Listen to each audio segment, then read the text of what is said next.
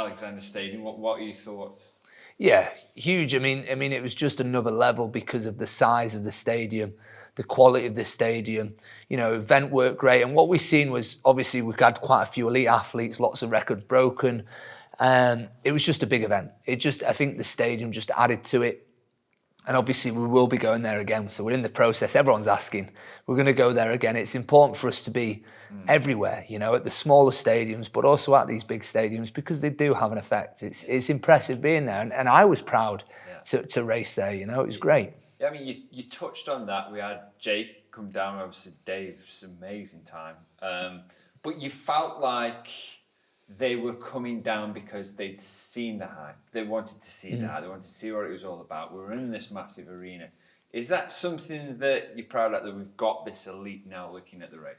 Yeah, we've always said that we want this to be like the people's race, and our number one aim is just normal folk, you know, taking on the challenge that is the Deadly Dozen.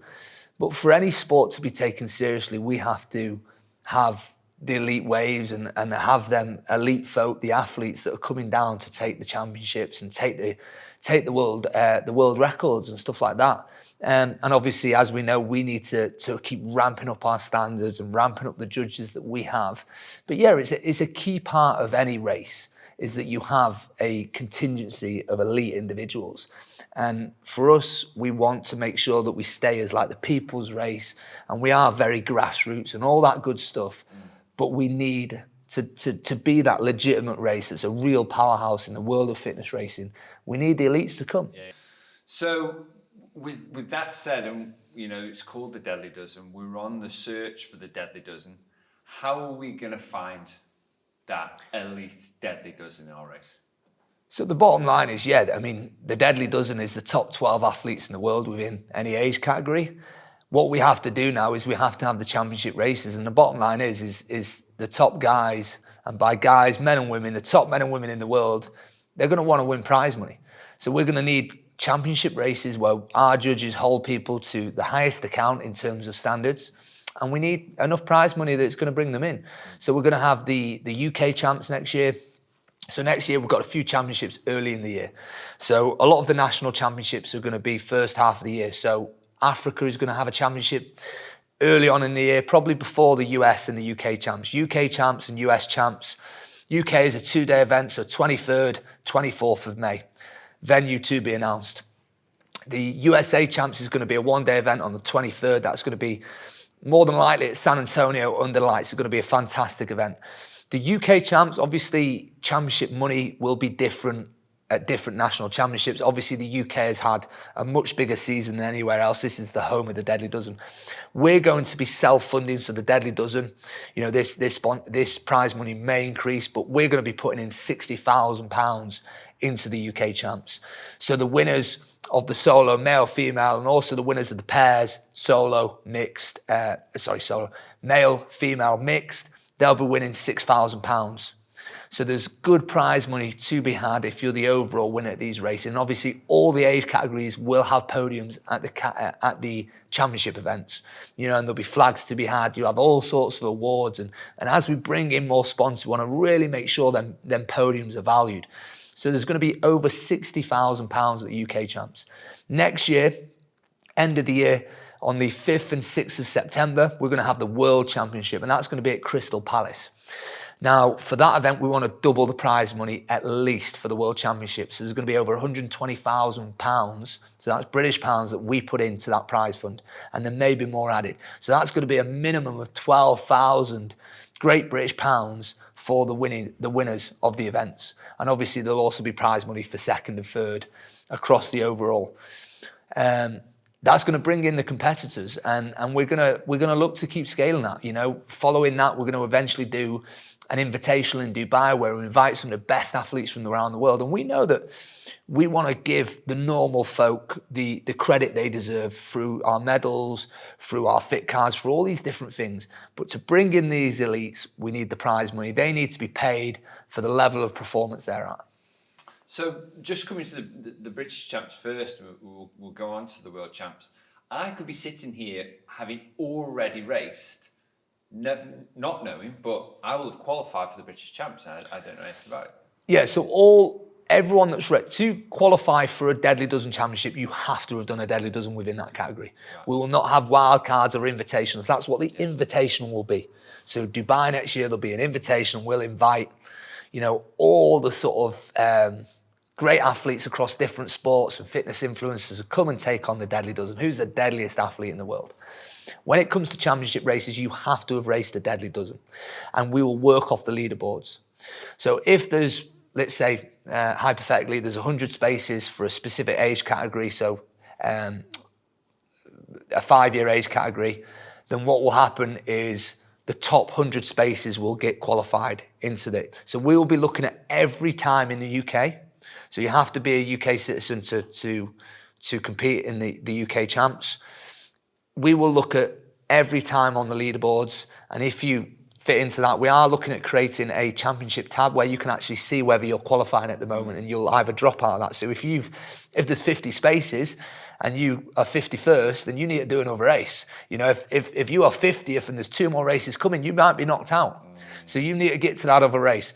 So the last chance to qualify for the 2026 UK Champs, which is the end of May, is going to be the April races.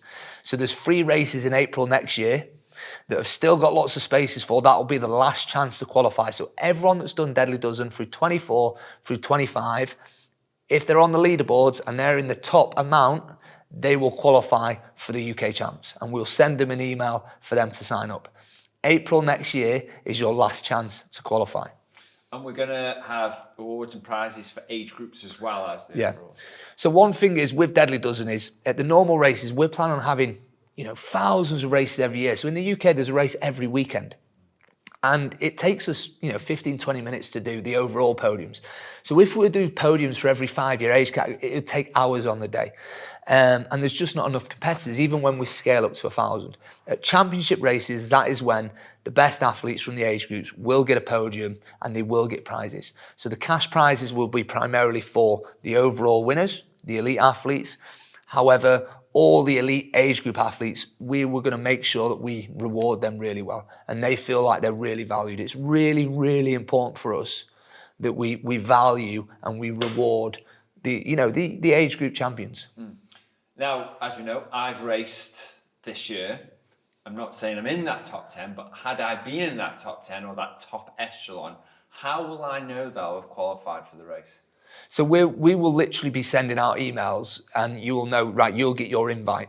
So we will let you know when the leaderboards close at the end of April. However, what we are looking to develop is a championship tab on the website where we start to see, you can see whether you're qualifying for a championship. So long term, what we want is a championship tab, and then we want a league tab, like a point system that sort of gamifies the Deadly Dozen for people all over the world.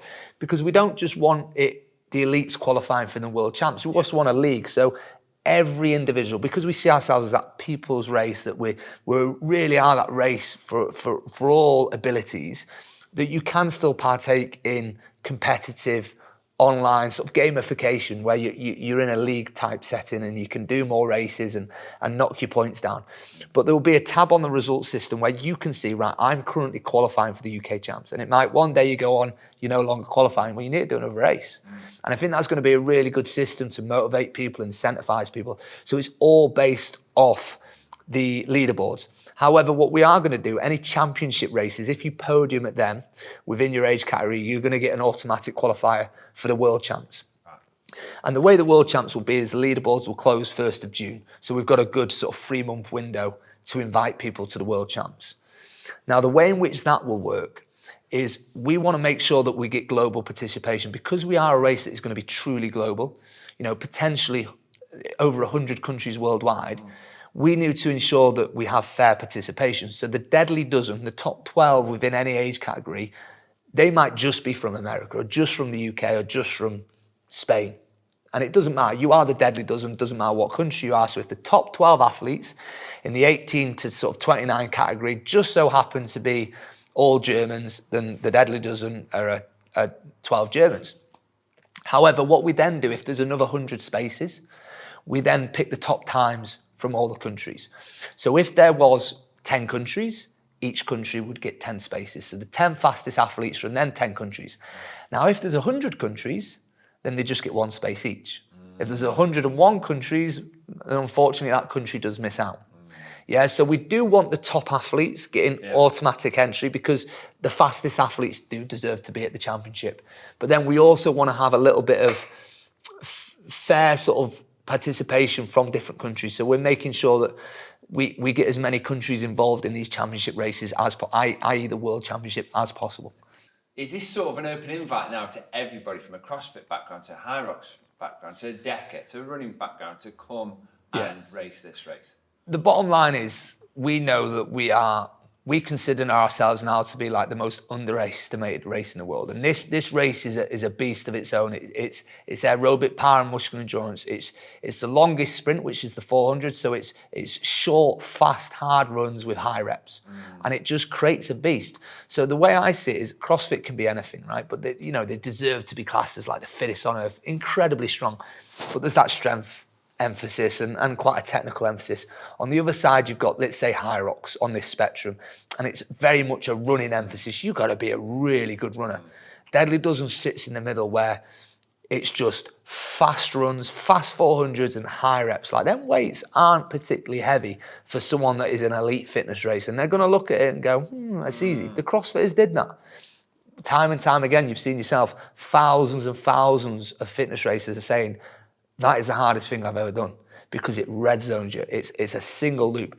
And like we were talking about at the weekend, it could be the most exciting fitness race, spectator experience there is because you can see everything. You stand at the edge of the track and you can see where everyone is on the 400, where they are on the labours, and they're just competing against each other, running around that track. It really is an arena, and you can see every single movement and every single stride that individual does, you can see.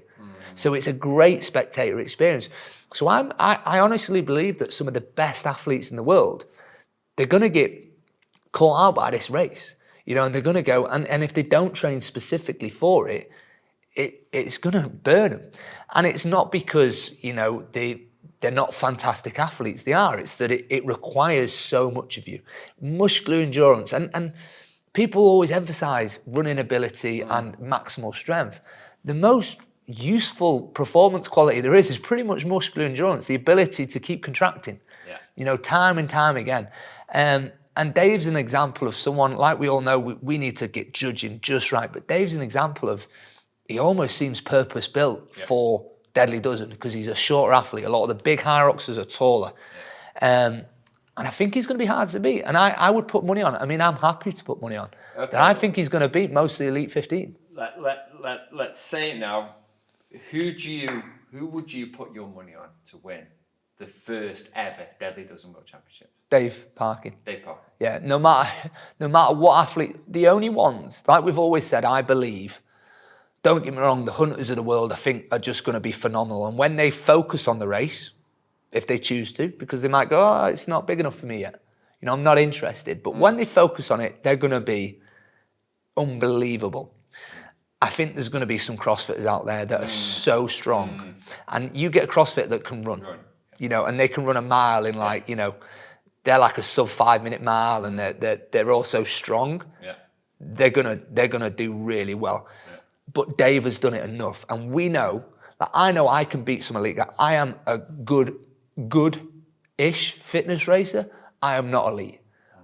I think I'm going to beat some of the elites because I do so much of it. Because the bottom line is, if you want to be good at football, you got to play football, right? You don't want to oversim, but you want to be a good footballer, you do football. If you want to be a good fighter, you got to fight. Yeah. If you want to be good at Deadly Dozen, you got to do Deadly Dozen. Yeah. So if you come from Hyrox or CrossFit or something else, yes, they're all similar, but the race is, when you hit them goblet squats, and it's a 16 kilo kettlebell that the CrossFitters look at and go, look at that baby weight. It's going to hit you. I've seen guys that pull 300 kilos, 600 pounds, right? Break that kettlebell deadlift, 32 kilo, 70 pound, break it into sets of 10. And I've seen it take them 3 or 4 minutes, because it's a different beast. The 400, as we've established, is the hardest distance in the world. It's the longest sprint. And we've seen athletes like Jake. I mean, he was just flying around, like incredible. Yeah. But them high rep, moderate weight stations, the reason why we call them labours, there's 12 labours of Hercules, and it's a bit corny, it's a bit cheesy, but trust me, it's going to get you. And I think a lot of these athletes, I understand, like, there's big races out there and there's prize money. We're going to put the prize money forwards. Yeah. And if you think you can take it, this is I call it the Goldilocks fitness race, because it's just you've got to be strong, you've got to be fit. It's not trying to test maximal strength or maximal speed or maximal endurance. It's just basically saying, right, here's all the movements you do in the gym, moderate weights, simple kit, high reps, sprint around the track 12 times, do these 12 movements in between. Simple, beautifully simple, but it's going to catch them out. Could any of the Elite 15 beat Dave Parkin? Yeah. Yeah. Absolutely, and especially the guys, like, when you look at, say, Hunter's training, he's doing a lot with a weight vest on, lots of squats, lots of lunges, lots of farmer's carry. They're building like incredible work. Those that are primarily runners, no, don't stand a chance. No. They just don't. If you are someone that's doing a lot of fundamental movements, like you're just doing lots of goblet squats, lots of like farmer's carry, like lots of burpees, lots of like, adding in that bear crawl. But even Dave said after the race, he said, I think he said, like, Jake said, oh, you done much bear crawling? No. He's like, there you go. You got to do a lot of deadly. Yeah. You've got to do these fundamentals. You've got to get back to basics. Do your dumbbell lunges, do your farmer's carry, do your goblet squats, do your push press. You've got to do that dumbbell snatch, and you've got to move fast. But this is the race that I think people are going to walk away from and say, wow, I have never been so red zoned.